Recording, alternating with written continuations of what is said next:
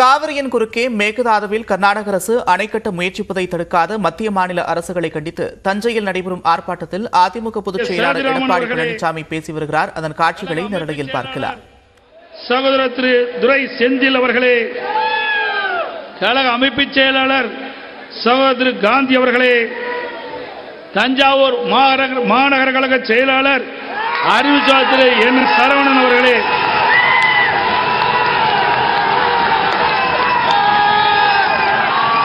கும்பகோணம் மாநகர கழக செயலாளர் முன்னாள் எம்எல்ஏ ராமநாதன் அவர்களே, முன்னாள் அமைச்சர் மாநில விவசாய பிரிவுடைய செயலாளர் திருவண்ணாமலை மாவட்ட அறிவிச்சாளர் திரு அக்ரி கிருஷ்ணமூர்த்தி அவர்களே, மாநில அம்மா பேரவை இணைச்சாளர் திரு ஏவிகே அசோக்குமார் அவர்களே, திருச்சி புறநகர் மாவட்ட செயலாளர் முன்னாள் அமைச்சர் அறிவிச்சாளர் திரு பரஞ்சோதி அவர்களே, திருச்சி புறநகர் தெற்கு மாவட்ட செயலாளர் முன்னாள் எம்பி அறிவிச்சாளர் திரு ப குமார் அவர்களே, அரியலூர் மாவட்ட செயலாளர் முன்னாள் எம்எல்ஏ கொறடா திரு தாமரை ராஜேந்திரன் அவர்களே, மயிலாடுதுறை மாவட்ட செயலாளர் முன்னாள் எம்எல்ஏ அறிவிச்சாளர் திரு எஸ் பவுன்ராஜ் அவர்களே, புதுக்கோட்டை தெற்கு மாவட்ட செயலாளர் முன்னாள் எம்எல்ஏ அறிவிச்சாளர் திரு ஆர் கே வைரமுத்து அவர்களே, முன்னாள் எம்எல்ஏ பெரம்பலூர் மாவட்ட செயலாளர் அறிவிச்சாளர் திரு தமிழ்ச்செல்வன் அவர்களே, திருச்சி மாநகர் மாவட்ட செயலாளர் அறிவிச்சாளர் திரு சீனிவாசன் அவர்களே, முன்னாள் அமைச்சர் மாநில இளைஞர் பாசனுடைய செயலாளர் அறிவிச்சாளர் திரு என் ஆர் சிவபதி அவர்களே, முன்னாள் அமைச்சர் அறிவிச்சாளர் திரு ஜெயபால் அவர்களே, முன்னாள் அமைச்சர் அண்ணன் ஜீவானந்தம் அவர்களே, முன்னாள் அமைச்சர் திரு பூனாட்சி அவர்களே, முன்னாள் அமைச்சர் திரு பி வி ரமணா அவர்களே, முன்னாள் அமைச்சர் சகோதரர் பெஞ்சமின் அவர்களே, சட்டமன்ற உறுப்பினர் திரு சிறுனியும் பலராமன் அவர்களே, கழக அமைப்பு செயலாளர் முன்னாள் கொறடா அறிவிச்சாளர் மனோகரன் அவர்களே, அமைப்பு செயலாளர் சகோதரி முன்னாள் அமைச்சர் திருமதி வளர்மதி அவர்களே,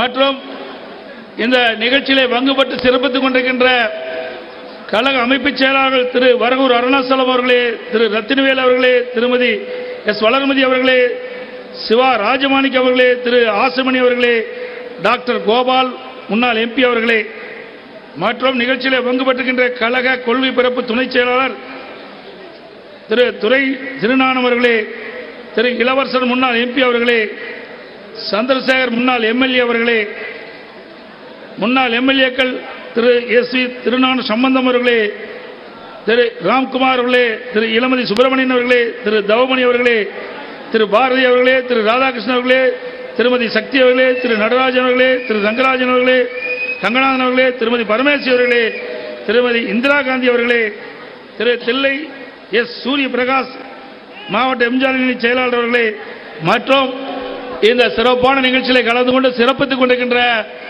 இந்த மாவட்டத்தில் இருக்கின்ற விவசாயிகள் பல்வேறு அமைப்பை சார்ந்த விவசாய பெருமக்களே, விவசாய தலைவர்களே, மேடையிலே வீட்டிருக்கின்ற கழகத்திலே பல்வேறு பொறுப்புகளை வைக்கின்ற நிர்வாகிகளே, மாவட்ட கழக நிர்வாகிகளே, சார்பு மாவட்ட பொறுப்பாளர்களே, வரியது சிறப்பித்துக் கொண்டிருக்கிற கழக உடன்பிறப்புகளே, பெரியவர்களே, தாய்மார்களே, விவசாயிகளே, பத்திரிகையாளர் ஊடக நபர்களே, அனைவருக்கும் என்னுடைய முதற்கண் நன்றி கலந்த வணக்கத்தை சமர்ப்பிக்கின்றேன்.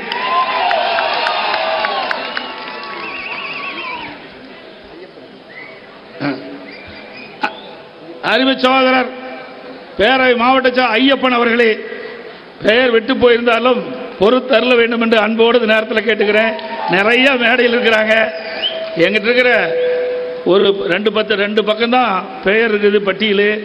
ஆகவே யாரும் மேடையில் வீட்டிருக்கின்ற முன்னோடி தலைவர்கள் வரி புரிந்து இந்த அரங்கமே குழுகின்ற அளவிற்கு வரி புரிந்து இந்த நிகழ்ச்சியில் பங்கு பெற்றிருக்கின்ற அனைத்து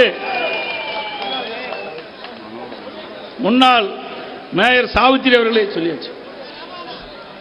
அனைவருக்கும்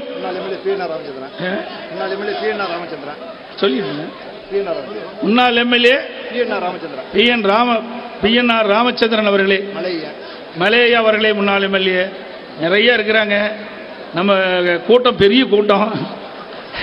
தமிழகத்திலேயே அதிக பொறுப்புள்ள கட்சி அதிமுக கட்சி தான்.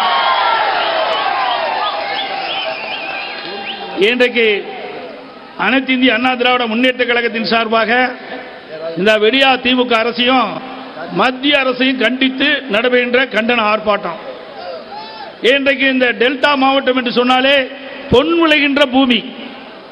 இந்த பூமியை காத்தது அண்ணா திமுக அரசாங்கம்.